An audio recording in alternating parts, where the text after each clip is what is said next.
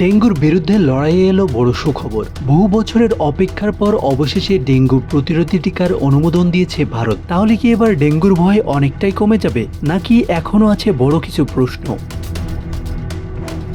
ভারতের drug controller general of India, সংক্ষেপে DCGI, জাপানের ওষুধ প্রস্তুতকারী প্রতিষ্ঠান তাকেদা বায়োফার্মাসিউটিক্যালসের তৈরি কিউডেঙ্গা টিকার বাজারজাতকরণের অনুমোদন দিয়েছে। এটাই ভারতের ইতিহাসে প্রথম অনুমোদিত ডেঙ্গু প্রতিরোধী টিকা। এই টিকা নিতে পারবেন 4 থেকে 60 বছর বয়সী মানুষ। সবচেয়ে গুরুত্বপূর্ণ বিষয় হলো এটি ডেঙ্গুর 4টি সিরোটাইপের বিরুদ্ধে প্রতিরোধ ক্ষমতা গড়ে তুলতে পারে।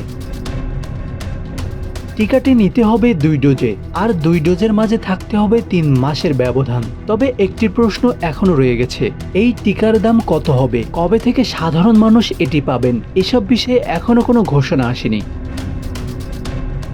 বিশ্ব স্বাস্থ্য সংস্থার তথ্য অনুযায়ী বিশ্বের প্রায় অর্ধেক মানুষই এখন ডেঙ্গুর ঝুঁকিতে। প্রতি বছর 10 থেকে 40 কোটি মানুষ ডেঙ্গুতে আক্রান্ত হন, আর ডেঙ্গুর প্রবণ দেশগুলোর তালিকায় রয়েছে ভারতও। বিশেষজ্ঞরা বলছেন এই টিকার অনুমোদন অবশ্যই আশার খবর, কিন্তু শুধু টিকা দিয়েই ডেঙ্গু থামানো সম্ভব নয়।